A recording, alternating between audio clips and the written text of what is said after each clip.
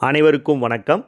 திருமணத்திற்கு எந்த நட்சத்திரக்காரர்களை நீங்கள் சேர்க்கவே கூடாது, அப்படி அமைத்திருந்தால் எளிய கோவில் பரிகாரம் என்ன என்பதை இந்த பதிவில் நாம் சற்று தெளிவாக பார்க்கலாம். இன்று பார்க்கக்கூடிய நட்சத்திரம் பரணி நட்சத்திரம், மேசராசியாகும். பரணி நட்சத்திரத்தினுடைய அதிபதி சுக்கிர பகவானாகும். மேச ராசியினுடைய அதிபதி செவ்வாய் பகவானாகும். முதலில் பரணி நட்சத்திரக்காரருடைய பொதுவான குணமைப்புகளை பற்றி பார்க்கலாம்.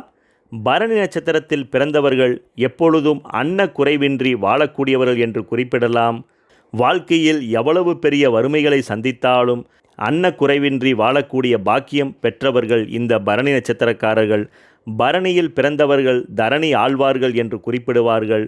சிறந்த ஆன்மீக ஞானமும் உலகை நன்கு புரிந்து கொள்ளக்கூடிய பக்குவம் நிரம்பியவர்களாகவும் கல்வி கேள்விகளில் வித்தகர்களாகவும் செயல்படக்கூடியவர்களாக இருப்பார்கள். நல்ல அழகான வசீகரிக்கக்கூடிய தோற்றமும் எப்பொழுதும் ஆடம்பரத்தின் மீது ஒரு ஈர்ப்பும் பிடிமானமும் உள்ளவர்களாக இருப்பார்கள். தர்ம சிந்தனையும் ஈகை குணங்களும் அதிகம் உடையவர்களாகவும் சற்று முன்கோபம் மிகுந்தவர்களாகவும் இருப்பார்கள். சொல்வாக்கும் செல்வாக்கும் மிகுந்தவர்கள் இந்த பரணி நட்சத்திரக்காரர்கள். நல்ல சாமர்த்தியசாலிகளாகவும் தன்னுடைய வாழ்க்கை துணையை மதித்து போற்றி வாழக்கூடியவர்களாகவும் இருப்பார்கள். தான் எடுத்துக்கொண்ட விஷயம் சரியோ தவறோ அதில் 100% தன்னை முழுமையாக ஈடுபடுத்தி வெற்றிக்காக கடுமையான முயற்சியை எடுக்கக்கூடியவர்கள் இந்த பரணி நட்சத்திரக்காரர்கள் என்று குறிப்பிடலாம். எப்பொழுதும் எதிரிகள் சூழ்ந்தே வாழக்கூடியவர்கள் இந்த பரணி நட்சத்திரக்காரர்கள். ஆனால் தன்னுடைய சிறந்த அறிவினாலும் ஆற்றலாலும் எதிரிகளை வெற்றி கொள்ளக்கூடியவர்கள் இந்த பரணி நட்சத்திரக்காரர்கள் என்று குறிப்பிடலாம். பிறருக்கு உதவி செய்வதில் தன்னால் முடிந்ததை வெறுப்பு விருப்பமில்லாமல் செய்யக்கூடியவர்களாகவும் எல்லா விஷயங்களையும் கற்று தெரிய வேண்டும் என்ற எண்ணமும் சகல வித்தைகளையும் தெரிந்து வாழ வேண்டும் என்ற எண்ணம் உடையவர்களாகவும் அதிகம் இருக்கக்கூடியவர்கள் இந்த பரணி நட்சத்திரக்காரர்கள். அந்த வகையில் பரணி நட்சத்திரக்காரர்களுக்கு திருமணத்தில் எந்த மாதிரி நட்சத்திரக்காரர்களை தேர்ந்தெடுக்கக்கூடாது என்பதை இந்த பதிவில் பார்க்கலாம். திருமணம் என்பது 1000 காலத்து பயிர் என்று குறிப்பிடுவார்கள். ஒரு ஆணை முழுமையான மனிதனாக்குவதும் ஒரு பெண்ணின் தாய்மை குணத்தை மெருகேற்றுவதும் திருமணம் என்ற பந்தம்தான்.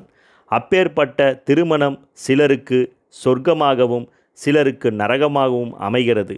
அது எதனால் என்ற ஒரு குழப்பம் அனைவரிடத்திலும் இருக்கலாம். சிலர் திருமணத்திற்கு பிறகு மிகப்பெரிய உச்சத்தை அடைவார்கள். சிலர் மிகப்பெரிய மன வருத்தத்தையும் அடைகிறார்கள்.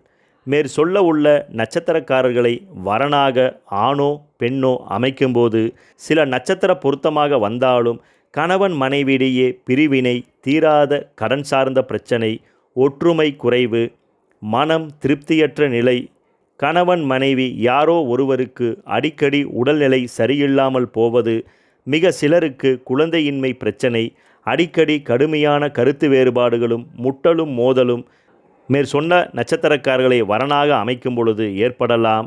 அதனால் மேற் சொல்ல உள்ள நட்சத்திரக்காரர்களை நீங்கள் வரனாக அமைக்காமல் இருப்பது மிக சிறப்பாகும். அப்படி அமைக்கிறீர்கள் என்றால் மேற் சொன்ன நட்சத்திரக்காரருடன் காதல் சார்ந்த விஷயங்கள் ஏற்பட்டாலும் உங்கள் வீட்டருகில் உள்ள ஜோதிடரிடம் உங்களுக்கும் அவர்களுக்கும் ஜாதகத்தில் கட்ட பொருத்தம், திசா புத்தி பொருத்தம், குரு சுக்கிரன் செவ்வாய் சரியாக இருவருக்கும் அமைந்திருக்கிறதா, அல்லது மேற் சொன்ன குரு சுக்கிரன் செவ்வாயுடன் ராகு கேது சனி தொடர்பு இருக்கிறதா என்று பார்த்து வரன் அமைப்பது மிக உத்தமமாகும். மேற் சொன்ன கிரகத்துடன் பகை கிரகம் தொடர்பு இருந்தால் திருமணம் செய்யாமல் இருப்பது அல்லது பரிசீலிப்பது உத்தமமாகும். அப்படி ஏற்கனவே மேற் சொல்ல உள்ள நட்சத்திரக்காரர்களை நீங்கள் வரனாக அமைத்திருந்தாலும் அல்லது அமைத்து கொண்டாலும் மேற் சொல்ல உள்ள எளிய கோவில் பரிகாரத்தை கணவன் மனைவி இருவரும் சென்று அந்த திருக்கோவிலில் பொங்கல் வைத்து சாமிக்கு வஸ்திரம் சாற்றி உங்கள் ஜென்ம நட்சத்திரத்திற்கு அர்ச்சனை செய்து வழிபட்டு வர மேற் சொன்ன தீய பலன்கள் 60% நீங்கி நட்பலன்களை நீங்கள் நிச்சயம் பெறலாம். மீதி 40% கர்ம வினைக்கு உட்பட்டே செயல்படும் என்று குறிப்பிடலாம். அந்த வகையில் பரணி நட்சத்திரக்காரர்கள் வாழ்க்கை துணையாக அமைக்கக்கூடாத நட்சத்திரங்கள் ரோகிணி நட்சத்திரம், திருவாதிரை நட்சத்திரம், பூசம் நட்சத்திரம், ஹஸ்தம் நட்சத்திரம், அனுஷம் நட்சத்திரம், கேட்டை நட்சத்திரம், பூரம் நட்சத்திரம், பூராடம் நட்சத்திரம், உத்திரட்டாதி நட்சத்திரம். இந்த நட்சத்திரக்காரர்களை நீங்கள் வாழ்க்கை துணையாக அமைக்காமல் இருப்பது மிக உத்தமமாகும். ஏனென்றால் அப்படி அமைக்கும் பொழுது உங்கள் இருவருக்குள்ளும் கோச்சாரத்தில் சில பகை கிரகங்களுடைய நகர்வுகள் உங்கள் பிறப்புகால ஜாதகத்தில் சில கிரகங்களுடன் தொடர்புகள் ஏற்படும் பொழுது நன்றாக ஒற்றுமையாக இருக்கக்கூடிய கணவன் மனைவியிடையே கூட சில பிரச்சனைகளும் தீராத கடன் சார்ந்த சிக்கல்களும் ஏற்படுவதற்கான வாய்ப்புகள் மிக அதிகம். அதனால் அவசியம் மேற்சொன்ன நட்சத்திரக்காரர்களை நீங்கள் வரனாக அமைக்காமல் இருப்பது மிக மிக உத்தமம் என்று குறிப்பிடலாம்.